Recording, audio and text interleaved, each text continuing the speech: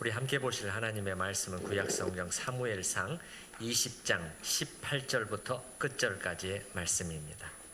요나단이 다윗에게 이르되 내 일은 초하루인즉 내 자리가 빔으로 내가 없음을 자세히 물으실 것이라. 너는 사흘 동안 있다가 빨리 내려가서 그 일이 있던 날에 숨었던 곳에 이르러 에셀 바위 곁에 있으라. 내가 관역을 쏘려 함같이 화살 셋을 그 바위 곁에 쏘고 아이를 보내어 가서 화살을 찾으라 하며 내가 짐짓 아이에게 이르기를 보라 화살이 내 이쪽에 있으니 가져오라 하거든 너는 돌아올지니 여호와께서 살아계심을 두고 맹세하노니 내가 평안 무사할 것이요 만일 아이에게 이르기를 보라 화살이 내 앞쪽에 있다 하거든 내 길을 가라 여호와께서 너를 보내셨음이니라. 너와 내가 말한 일에 대하여는 여호와께서 너와 나 사이에 영원토록 계시느니라 하니라. 30절부터 34절까지입니다. 30절입니다.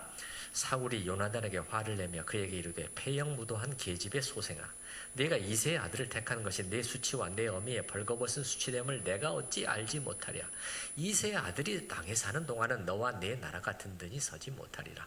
그런즉 이제 사람을 보내어 그를 내게로 끌어오라. 그는 죽어야 할 자이니라 한지라. 요나단이 그의 아버지 사울에게 대답하여 이르되 그가 죽을 일이 무엇이니까 무엇을 행하였나이까.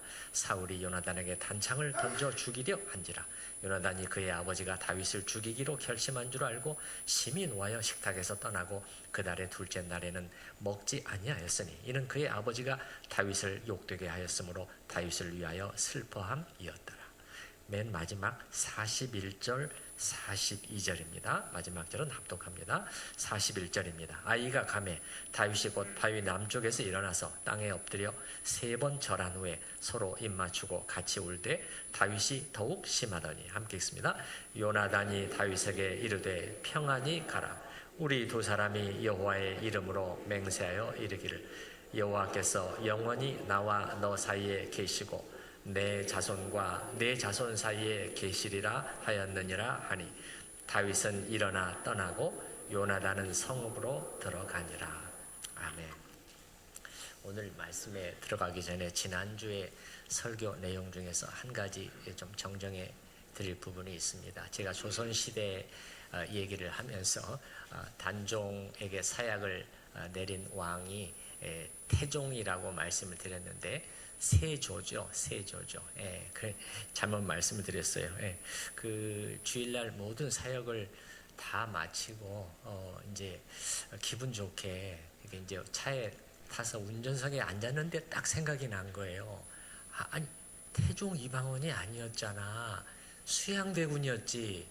예, 단종의 작은아버지 수양대군이 왕위를 찬탈하고 결국은 죽였잖아. 제가 잠시 착각을 했던 것이죠. 그렇지만은 아차 했지만 이미 설교는 이미 나갔고 영상까지 나갔고 참 엎질러진 물이었습니다. 참 이런 경우는 쉽지 않은데요. 이제 제가 오늘 정정해 드립니다. 이런 일들이 발생하는 것을 또 양해해 주시기 바랍니다.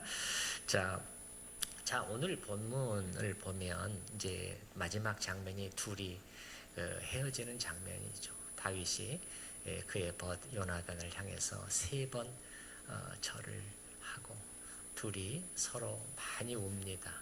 많이 울고 그리고 이 영원히 변치 않을 그 우정을 다시 한번 다짐하고 이렇게 헤어집니다. 셰익스피어가 이별은 매우 감미로운 슬픔이다.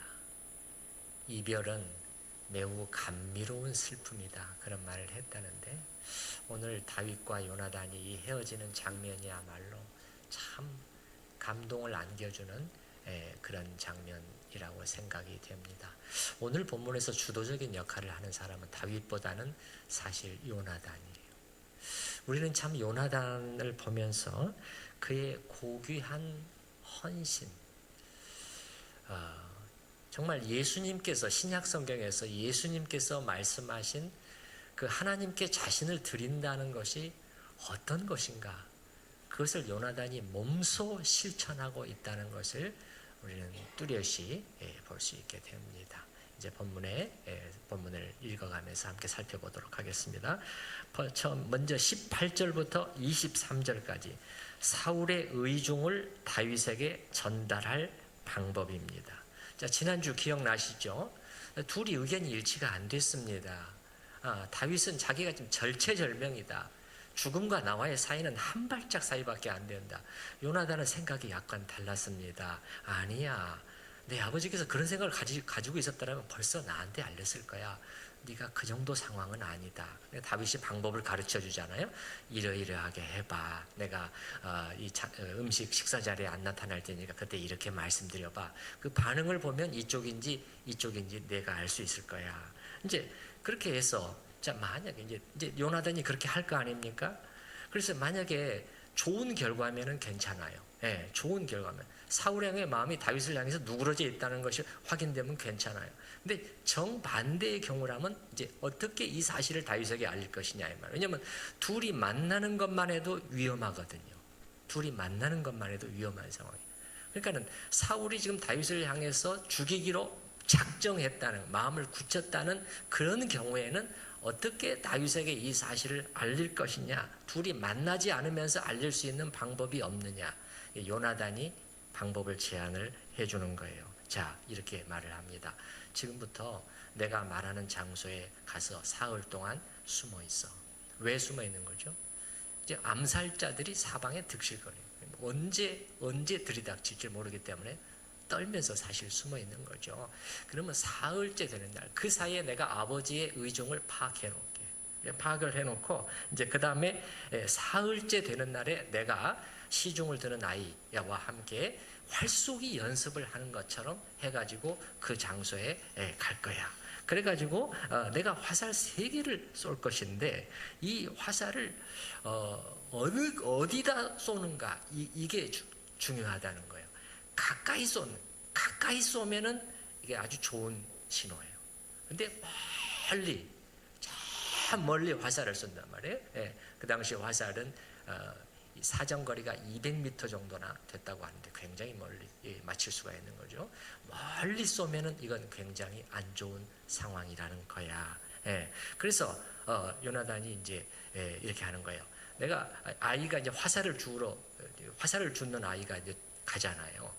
그러면 내가 아이의 뒷편에다가 화살을 딱 쏘고 나서 아이에게 말하기를 소리 지를 것이다. 왜냐하면 다윗은 일어나서 볼 수가 없잖아요. 숨어 있으니까 소리를 들어야 되는 소리를. 요나단이 아이한테 말하기를 화살이 네 뒤에 떨어져 있어. 이렇게 말하면은 너는 그냥 나오면 돼. 나와서 나랑 같이 궁으로 돌아가면 돼. 만사 오케이지. 그러나 만약에 내가 화살을 저 멀리 쏘고 나서 아이한테 말하기를 화살이 너의 앞쪽에 떨어졌다. 그쪽으로 가 하면은 너는 나오면 안 돼. 뒤도 돌아보지 말고 빨리 도망가야 돼. 왜냐하면은 너무 위험하기 때문이야. 이제 이렇게 방법을 가르쳐 주는 내용이 첫 번째 18절부터 23절까지의 내용이에요.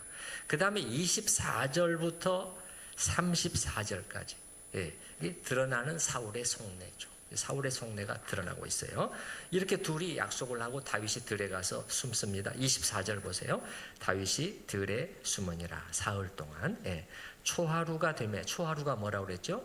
매월 첫째 날에 드리는 제사, 월삭 예배라고 그랬죠. 예배를 마치고 왕이 앉아 음식을 먹을 때 왕은 평시와 같이 벽 곁 자기 자리에 앉아 있고 요나단은 서 있고 아브넬은 사울 곁에 앉아 있고 다윗의 자리는 비었더라. 여러분 여기 보면 사울 왕이 앉아 있는 자리를 어떻게 묘사하고 있습니까? 어떻게? 벽의 곁에 이렇게 말하고 있잖아요. 이게 무슨 뜻이냐면 벽을 뒤로 하고 이런 뜻이에요.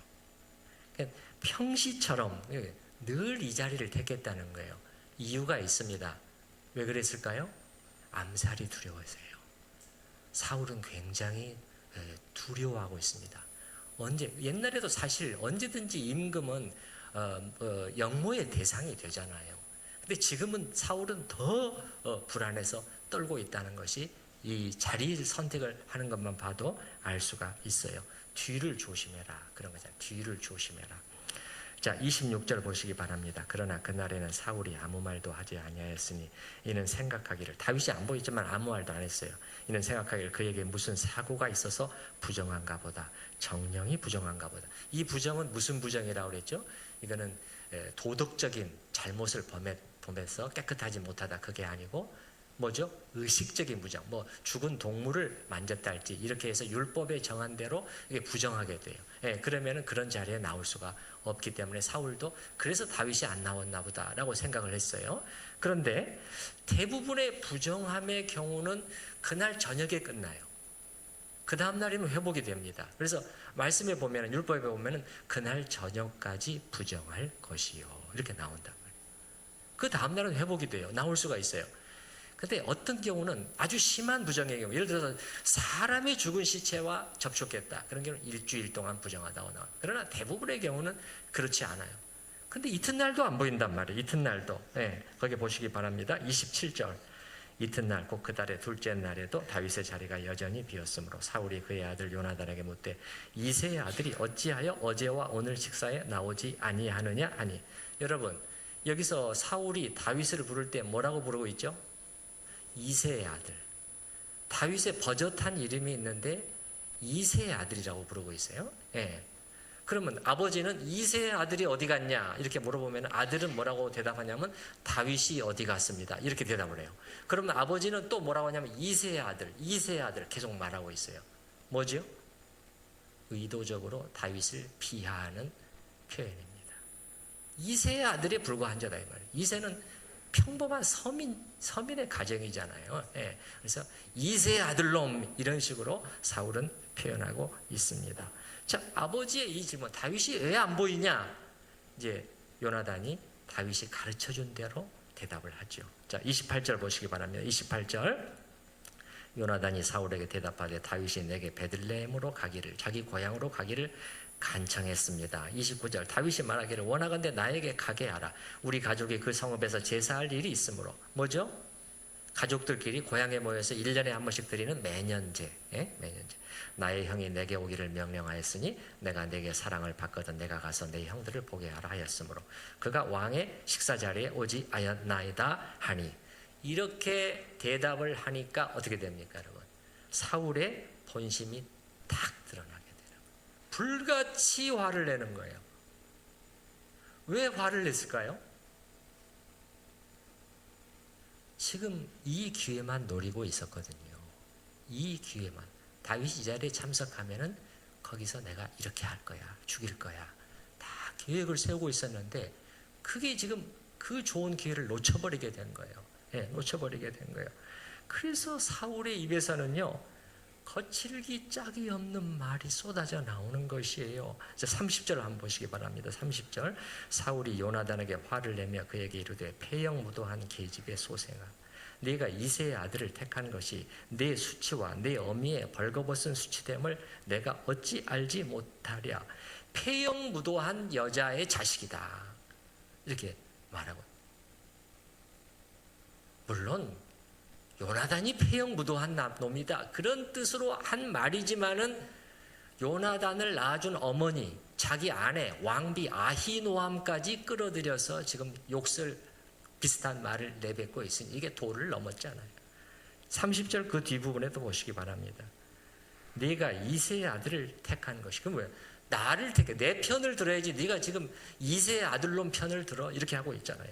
그것이 내 수치와 내 어미의 벌거벗은 수치됨을 내가 어찌 알지 못하랴. 내 어미의 벌거벗은 수치라는 것은 뭐냐면 너를 낳은 어머니에게도 너는 수치를 안겨주는 행동을 했다 그런 말이에요. 그렇지만 이 표현도 아주 상스러운 표현이에요. 아주 상스러운. 그러니까 뭐냐, 지금까지 사울의 입에서 나왔던 그 어떤 말보다도 저속하고 거친 말이 이렇게 막 폭포수처럼 쏟아지고 있잖아요. 여러분, 이게 아버지가 자식을 향해서 할 수 있는 말입니까? 한번 다시 한번 보세요, 여러분. 아무리 화가 났다고 하더라도 그것도 다른 사람들 앞에서입니다. 공식 석상이에요. 공식 석상에서 뭘 알 수가 있어요? 이걸 통해서 죄는 뭐까지 더럽힌다? 사람의 입까지 더럽힌다. 혀를 더럽힙니다. 혀를 더럽혀요. 죄가 어떤 사람을 사로잡게 되면은 그 입에서 나오는 말이 어느 정도로까지 저급하고 이 거칠고 악해질 수 있는가 하는 것을 여기서 우리가 볼 수가 있어요. 자, 이렇게 사울은 먼저 요나단에게 수치심을 막 불어넣는 방법을 쓴 다음에 그 다음에는 또 그의 탐욕을 자극하는 거예요. 네가 어떻게 될 거야? 이렇게 말하고 있어요. 저기 31절을 한번 보시기 바랍니다. 이새의 아들이 땅에 사는 동안은 너와 내 나라가 든든히 서지 못하리라. 여러분, 지금 이 나라가 누구의 나라예요? 사울 자기의 나라잖아요. 내 나라라고 하지 않고 너와 네 나라라는 거예요. 네가 물려받을 나라잖아. 네가 다스릴 나라잖아. 생각 좀 해봐. 그거 아닙니까? 이세의 아들이 살아있는 동안에는 너한테 위협이 될 수밖에 없어. 이것도 몰라 이 바보 같은 놈아 하면서 꾸짖고 있는 내용 아닙니까? 그럼 여러분 한번 생각해 보시기 바라요. 사울이 하는 이 말을 한번 생각해 보시기 바랍니다. 이게 옳은 말인가 틀린 말인가? 사실요, 일반적인 관점에서 본다면 사람들은 다 이렇게 어떻게 해요? 자기 이해득실을 따져가지고 이렇게 말하고 결정하고 어느 편에 설 건가 그렇게 하잖아요. 네. 본다면 사울의 말이 맞아요, 틀려요? 사실은 맞습니다. 인간적인 관점에서 본다면 틀린 말이 아니에요. 그런데 문제는 뭡니까? 문제는 뭐죠? 사울이 하는 말 속에는 하나님이 없어요. 하나님이 빠져 있습니다. 이게 늘 사울의 문제인 것이에요. 자, 31절 두 번째 문장 보십니다. 그런즉 이제 사람을 보내어 그를 내게로 끌어오라. 네가 어디 있는 거 알고 있지? 어디 숨어 있는지 네가 알고 있지? 끌어와. 그는 죽어야 할 자이니라 한지라. 죽어야 할 자이니라. 이거는 직역을 하면 죽음의 아들이라는 뜻이에요. 이게 무슨 말이에요? 그는 죽은 목숨이다. 절대 살려두지 않을 것이다. 지난주에 말씀드렸죠? 임금이 죽이려고 작정한 사람이 살아날 수 있는 가능성은 거의 0%라고 말씀드렸죠. 절대 살려두지 않을, 죽은 목숨이야. 죽음의 아들이다. 그렇게까지 자기의 아주 살이 죽이고자 하는 의도를 아주 여과 없이 드러내고 있습니다. 그러니까 요나단이 마음이 너무 힘들어져서 아버지에게 이렇게 말합니다. 예. 자, 이 32절을 보시기 바래요. 요나단이 그의 아버지 사울에게 대답하여 이르되 그가 죽을 일이 무엇이니까? 무엇을 행하였나이까? 잘못한 일이 없지 않습니까, 아버지? 그 말이에요. 33절에 사울이 요나단에게 단창을 던져 죽이려 한지라. 자, 근데요, 이게 물론 이성을 잃은 행동이죠. 예. 그렇지만 지금 식사 자리잖아요. 바로 그냥 가까이 앉아 있는데 창을 던졌어요. 그런데 요나단이 피했다는 말이 없어요. 피했다는. 그러니까 이걸 보면 우리가 좀 짐작할 수 있는 한 가지 사실은 진짜 죽이려고 던졌다기보다는 이게 뭐죠? 겁을 주려고 던진 것이 아닌가 그렇게 생각해 볼 수가 있습니다. 자, 33절 뒷문장을 보시기 바랍니다. 요나단이 드디어 알게 됐습니다. 요나단이 그의 아버지가 다윗을 죽이기로 결심한 줄 알고 이제는 알게 됐습니다. 내 생각이 틀렸구나. 다윗의 말이 옳았어. 이제 확인이 되었습니다. 근데요, 그 다음 34절에 요나단의 반응이 참 놀랍습니다. 여러분 거기 34절 보시기 바랍니다. 34절. 요나단이 심히 노하여 식탁에서 떠나고 그 달의 둘째 달에는 먹지 아니하였으니 이는 그의 아버지가 다윗을 욕되게 하였으므로 다윗을 위하여 슬퍼함이었더라. 여러분 여기서 지금 요나단이 무엇 때문에 슬퍼하고 있다고 하고 있죠? 아버지가 자신을 막 자기 자신한테 함부로 하고 막되게 말하고 막 자기를 부끄럽게 했기 때문에 슬퍼하고 있다고 말하고 있나요? 아니에요. 다윗을 욕되게 했기 때문에 슬퍼하고 있다는 거예요. 그래가지고 요나단은 너무 슬퍼서 먹지 않았다는 거예요. 아무것도 먹을 수 없을 정도로 괴로워했다는 거예요. 참 이런 마음이 어떻게 있을 수 있을까요? 네. 그래서 로버트 버건이라고 하는 신학자는 말하기를 여기서 요나단이 보여주는 모습은 인류 역사에서 찾아볼 수 있는 인간의 가장 순수한 모습, 가장 깨끗한 모습을 요나단은 보여줍니다. 완전히 이타적인 그러한 모습이죠. 자, 마지막 35절부터 42절은 결과를 알려줌과 둘의 이별입니다. 이제 요나단은 약속대로 이제 아버지의 의중을 알게 됐잖아요. 다윗에게 알려주는 일이 남았습니다. 그래서 이제 그 장소로 갔습니다. 약속된 장소로 갔어요. 이제 활을 쏩니다. 자, 이 경우에 가까이 쏴야 됩니까? 멀리 쏴야 됩니까? 그렇습니다. 정확히 따라오고 계시네요. 멀리 쏴야 돼. 그래서 화살을 멀리 쏘고 나서 아이가 달려가니까 아이한테 소리를 지르는 거예요. 자, 38절을 보시기 바랍니다. 38절. 요나단이 아이 뒤에서 또 외치되 지체 말고 빨리 다름질하라 하매. 우리말로는 이렇게 되어 있지만 히브리어에는 세 단어인데 이렇게 나와 있습니다. 서둘러라, 빨리 가라, 멈추지 마라. 지금 겉으로는 아이를 향해서 말하고 있지만 사실은 누구를 향해서 말하는 것이기도 할까요? 다윗에게도 말하는 거예요. 서둘러, 빨리 도망쳐야 돼. 멈추면 안 돼. 상황이 다급합니다. 머뭇거리다가는 죽음을 피하기가 어렵다는 것을 알고 있기 때문입니다. 그리고 그 다음 마지막 41절, 42절에 보면 두 사람이 다시 만나는 장면이 나오죠. 우리 조금 전에 읽었잖아요. 여기서 한 가지 의문점이 떠오릅니다. 아니, 지금 둘이 안 만나는 걸 전제로 해가지고 이렇게 그 약속을 한 거 아닌가? 특히 지금 위험한 상황일 경우에는 만날 수가 없잖아요. 그러니까 이렇게 화살을 멀리 쏘고 소리 지르면 다윗은 뒤도 돌아보지 않고 바로 달아날 수 있도록 그렇게 약속을 한 것인데 어떻게 왜 다시 둘이 만났지? 여기 보게 되면 이렇게 돼요. 아이를 돌려보내고 나서 다윗이 나와요. 그리고 둘이 다시 만나서 마지막 짧은 작별 인사를 하고 헤어집니다. 어떻게 된 건가? 제 추정은 이래요. 제 추정은 원래는 그렇게 하려고 했는데 그렇게 헤어지려고 하니까 이제 앞으로 다시는 못 볼 수도 있는데 너무 마음이 안타까운 거예요.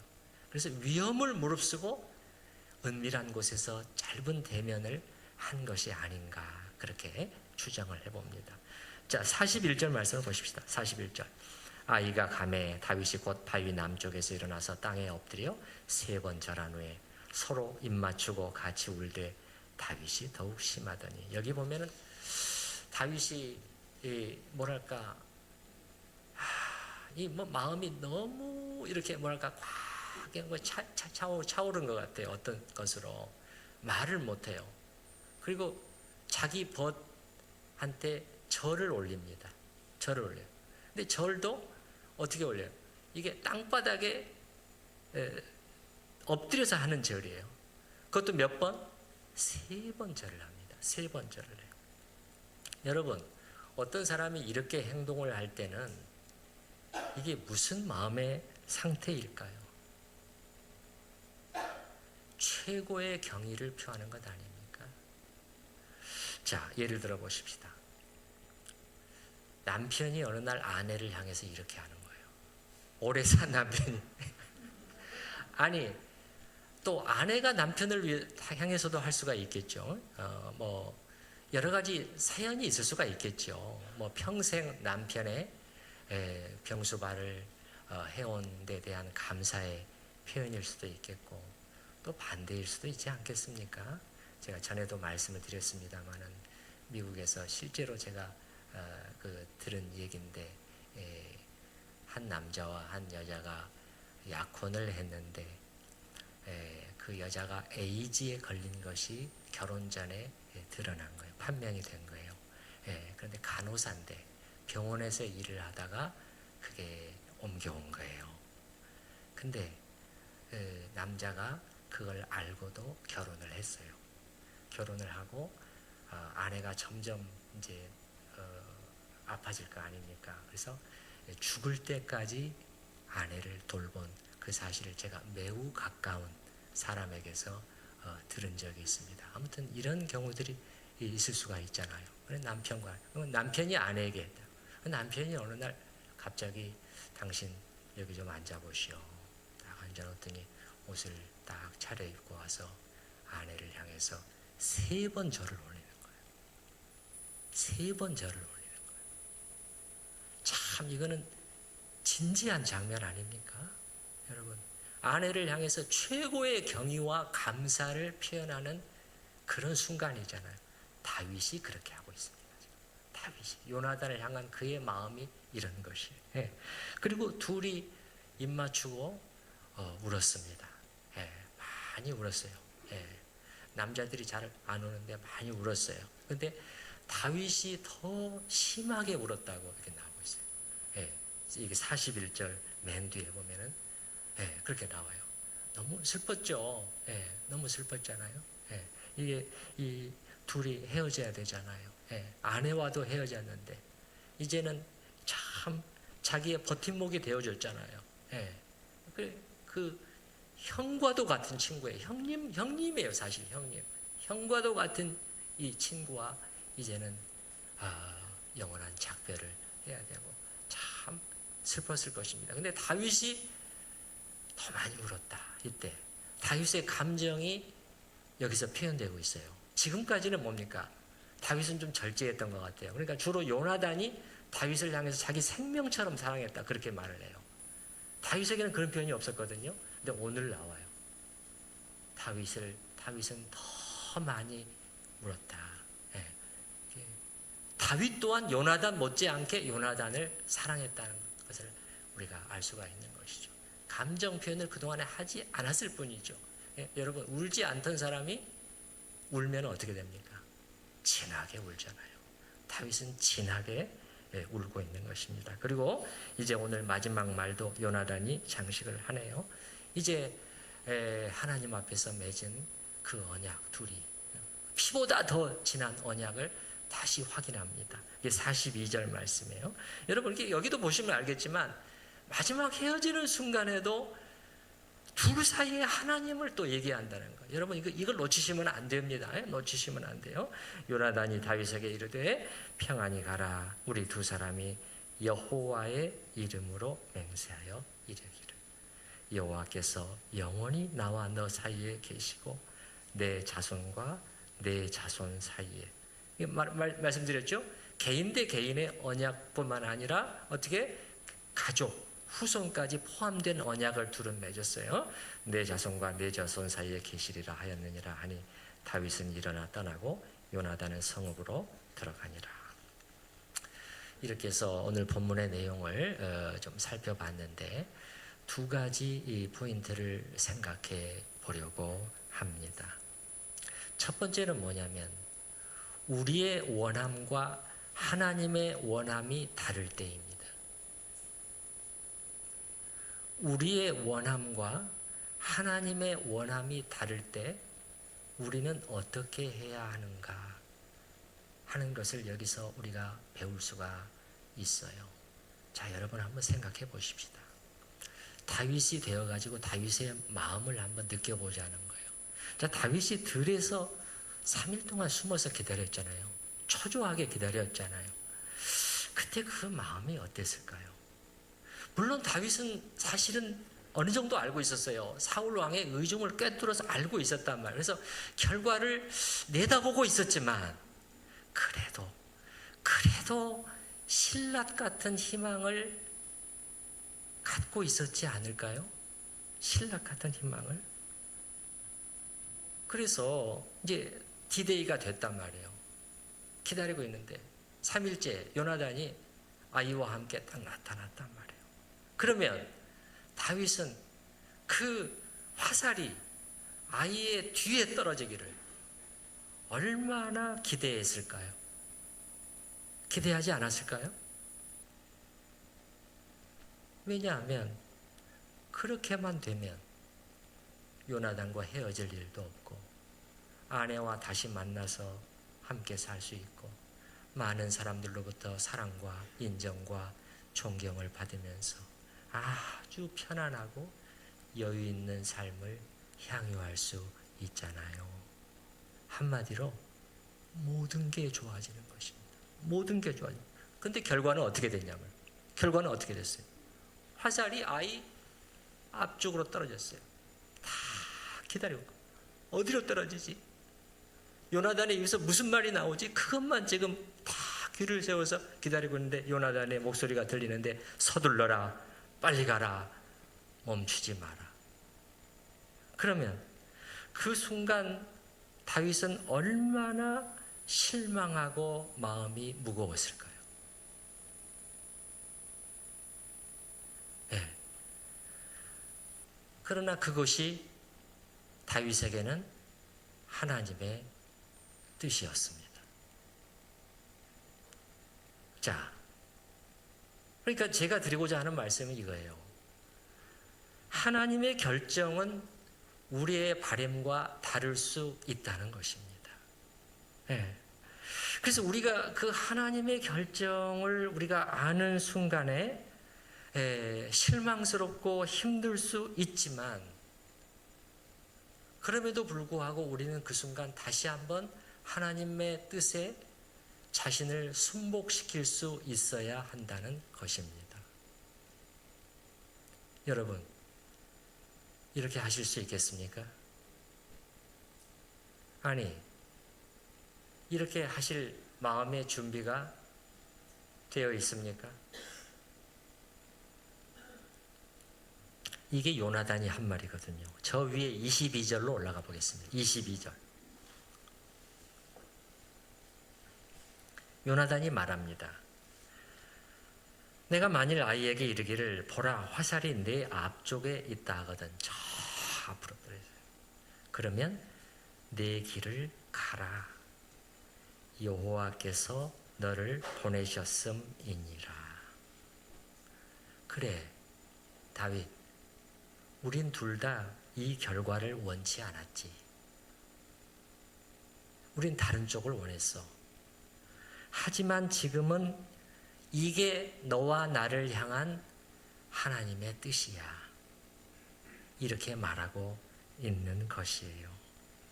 그리고 여러분, 하나님의 뜻이라는 말 속에 담겨 있는 의미는 또 무슨 의미를 담고 있습니까? 그건 언제나 베스트라는 거예요. 그건 최선이라는 것입니다. 가장 좋다는 것입니다. 하나님이 안 좋은 것을 우리에게 원하시는 경우는 없기 때문에. 그래서 우리도 마찬가지라는 우리가 살아가다 보면은 우리가 그렇게도 원하고 바라고 그래서 기도하고 매달리고 기대했던 일들이 그대로 되지 않는 경우들이 있지 않습니까? 손주가 원했던 대학에 들어가지 못한다 할지, 자녀가 원했던 시험에 떨어졌다 할지,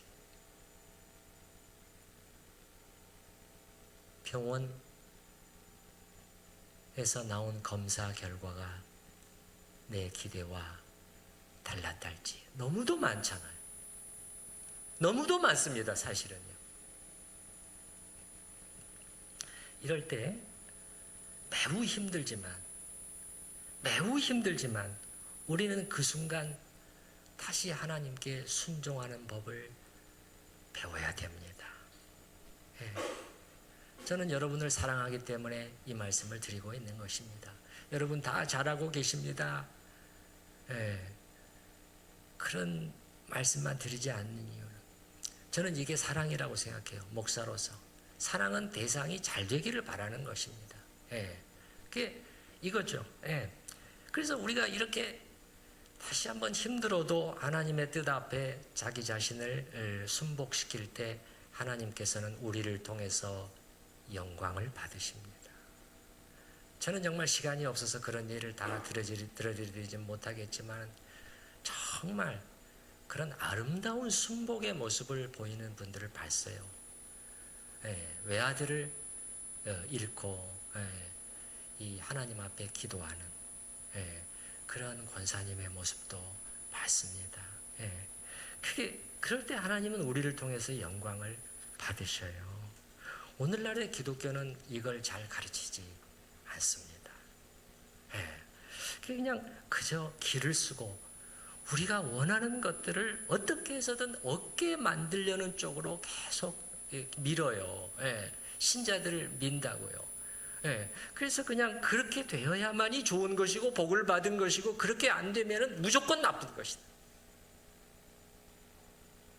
오늘 성경에서 요나단이 하는 말은 그와 다르지 않습니까? 여러분 22절 다시 한번 보세요. 22절 다시 한번 보시기 바랍니다.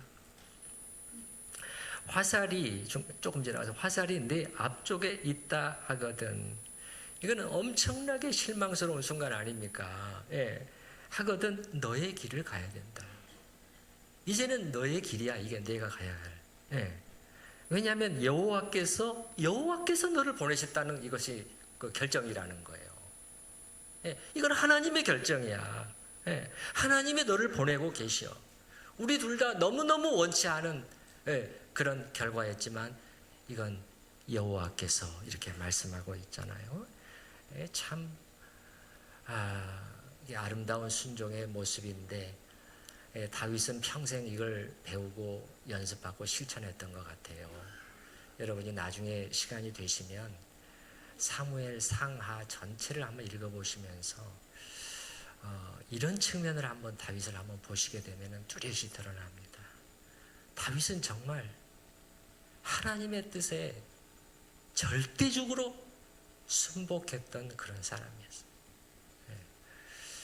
하나님께서 그래서 다윗을 굉장히 기뻐하시는 거예요.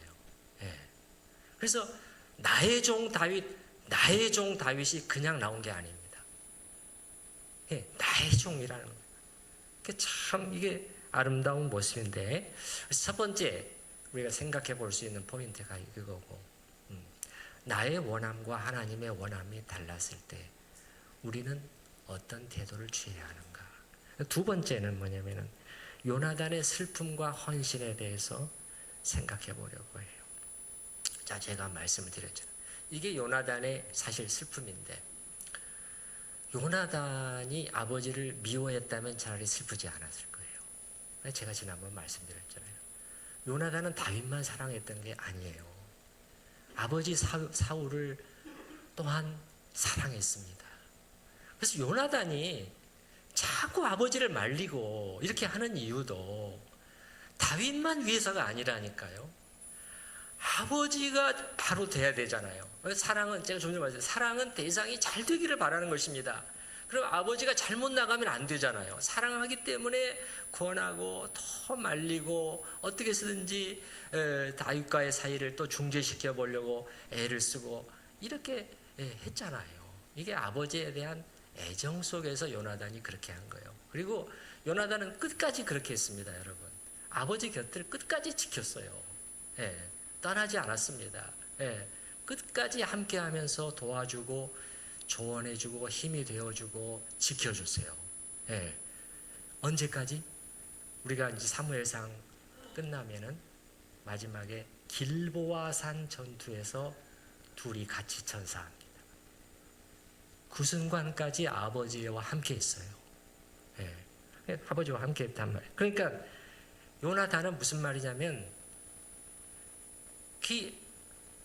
아버지를 미워한 사람이 아니라는 거예요. 정말 사랑하고 그 곁을 지켜주면서 아버지가 악한 길로 가지 않도록 어떻게 해서든지 이렇게 지키려고 애를 썼던 아들이었단 말이에요. 그래서 요나단이 슬펐던 거예요. 이게 요나단의 비극적인 슬픔이에요. 그런데 그 사랑하는 아버지가 또 하나님의 기름 부음을 받은 자, 그리고 자기가 생명처럼 사랑하는 다윗을 죽이는 일을 포기하지 않고 있으니까 요나단의 마음이 얼마나 힘들었겠습니까? 그래서 저는 요나단의 이게 비극적인 슬픔이다 이렇게 붙여봤는데, 그래서 여러분, 이게 사울처럼 어느 한 사람이 죄와 불순종을 계속할 때 자기 자신에게서 끝나지 않아요. 둘레 사람들 힘들게 만든다. 예. 그를 사랑하는 사람들로 하여금, 선한 사람들로 하여금 말할 수 없는 고통과 슬픔, 그 사람들을 슬픔과 고통으로 몰아넣게 돼요. 예. 우리 인간은 관계 속에 있잖아요. 관계 속에. 예. 그런데요, 요나단은 아버지를 향한 애정이 이렇게 분명했지만, 그리고 정말 아버지에게 잘하고 싶었을 거예요. 예. 그럼에도 불구하고 10계명 중에서 제5계명, 5번째 계명을 온전히 이 계명에 충실할 수가 없었어요. 5번째 계명은 뭐죠? 내 부모를 공경하라. 이거잖아요. 내 부모를 공경하라. 왜 충실할 수 없었을까요? 왜 그렇죠? 이것보다도 더 우선한 것은 뭐냐면 여호와 하나님께 대한 순종이고 헌신이었기 때문이었어요. 예. 그래서 요나단은 아버지에게 어쩔 수 없이 불순종해야 하는 것을 너무도 괴로워하고 아파하고 죄송해하면서 하나님께 순종하여 다윗을 도왔던 것입니다. 그 제가 아까 초두에 말씀드린, 여기서 우리가 예수님이 말씀하신 그 하나님께 헌신한다는 것이 어떤 것인가를 여기서 우리가 볼 수 있지 않습니까? 예수님이 말씀하셨잖아요. 아버지나 어머니를 나보다 더 사랑하는 자는 내게 합당하지 않다. 그렇게 말씀하셨습니까? 그렇게 말씀하셨나요? 네, 마태복음 10장 나중에 한번 찾아보시기 바라요. 사랑하지 말라는 것이 아닙니다. 가족을 돌보지 않는 자는 악한 자들보다 더 악한 자라고 말씀하셨잖아요. 사랑하고 돕고 섬기고 저렇게 최선을 다해야 되죠. 그러나 딱 조건이 있어요. 나보다 더 사랑해서는 안 된다. 나보다 어느 것이 우선인가는 분명해야 된다는 거예요. 그리고 그 다음에 또 말씀하시잖아요. 아버지나 어머니를 나보다 더 사랑하는 자는 내게 합당하지 아니하고, 그 다음에 아들이나 딸을 나보다 더 사랑하는 자도, 이거 똑같아요. 우리는 아버지나 어머니까지는 내가 할 수 있겠습니다. 많은 그리스도인들도 아들이나 딸은 그렇게 못해요. 아니, 그렇게 할 준비가 전혀 안 돼 있어요. 그러나 아들이나 딸을 나보다 더 사랑하는 자도 예수님보다 더 우선이 되어 있다면 내게 합당하지 않다. 너는 나를 따라올 준비가 되어 있지 않아. 이게 제자로서의 부르심입니다. 제자로서의 부르심이에요. 그래서 요나단은 다윗에게 헌신한 것이 아니고 하나님께 헌신한 것이었어요. 참으로 고귀한, 그러나 가슴 아픈 헌신이었다는 거예요. 하나님은 때로 이것을 요구하시지 않습니까? 우리가 아브라함도 봤잖아요. 자식을 달라고 했을 때 아브라함이 하나님께 순종했잖아요. 근데 그 결과는 뭐였는가를 여러분 잊지 마시기 바랍니다. 아브라함은 모든 것을 다 얻게 됐잖아요. 그게 하나님의 방법이에요. 그래서 하나님은 우리 안에서 이 우상이 되는, 우리의 보배가 되어 있는 그것을 뽑아내기를 원하시는, 그것이 가족일 수가 있다는 거예요. 그게 아들이나 딸일 수가 있다는 거예요. 그게 하나님보다 더 우선이 되어 있는 한은 우리는 뭔가 지금 이 잘못된 신앙생활을 하고 있는 것이고, 우리가 성장하는 것을 크게 가로막고 있기 때문에 하나님은 그걸 고쳐주기를 원하시는 것입니다. 그래서 여러분한테 부탁을 드립니다. 이런 기도를 해보시고 또 이렇게 마음을 먹어보실 수 있다면, 하나님보다도 더 우선한 것은 나의 삶에 있을 수가 없다. 여러분이 만약에 이런 마음을 먹고 나아간다면 하나님은 어떻게 여러분을 보실까요?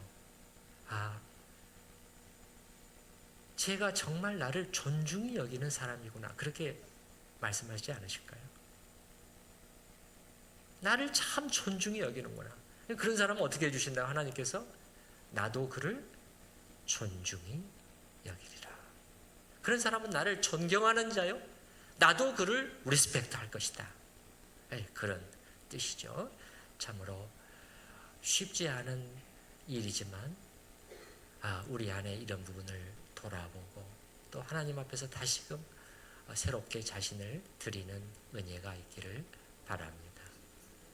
기도하겠습니다. 주님, 요나단은 말합니다. 그토록 둘이 원치 않았던 결과였지만 그의 입에서는 이런 고백이 나옵니다. 이제 너의 길을 가라. 여호와께서 너를 보내고 계시기 때문입니다. 주여, 나의 뜻과 하나님의 뜻이 충돌되는 것 같을 때 우리가 어떤 선택을 해야 될지를 배웠습니다. 주여, 도와주시옵소서. 저희의 기도는 때로 그렇게 부르짖지만은 때로는 나의 육신적인 욕망을 성취하기 위한 기도에 그치고 있지는 않은지 돌아보게 하여 주시옵소서. 참으로 하나님께서 영광을 받으시는 순복, 예수님이 기도하셨던 것처럼 나의 뜻대로 하지 마시고 아버지의 뜻대로 하시옵소서라는 고백이 우리 삶의 현장에서 있게 하여 주시옵소서.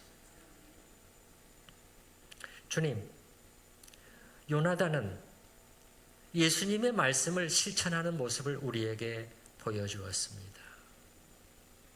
가족보다도 아버지보다도 참으로 사랑하고 공경한 분이었지만은 그러나 하나님이 더 우선이었습니다. 주여, 저희의 삶에서는 어떤지요? 하나님은 정말 가장 제1의 위치에 저희 마음속에서 좌정에 계시는지요? 정직하게 돌아보게 하여 주시고 하나님이 저 옆에 우선순위에서 밀려 있는 것이 사실이라면 다시 한번 저희 마음의 보좌 위에 좌정하실 수 있도록 저희 마음을 고치게 하여 주시옵소서. 예수님의 이름으로 기도하옵나이다. 아멘. 우리 찬송가 213장 우리가 5절까지 함께 부르시는데요. 아마 이렇게 불러보십시다. 전체 다 함께 부르시고 3절, 4절만 213장입니다. 213장 3절은 우리 여성도님들, 4절은 남성도님들, 나머지는 함께 부르도록 하겠습니다.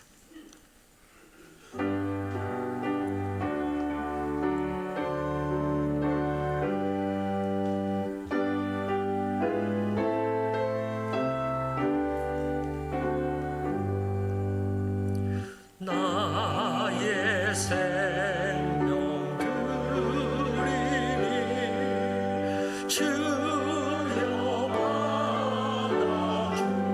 받아주셔서 세상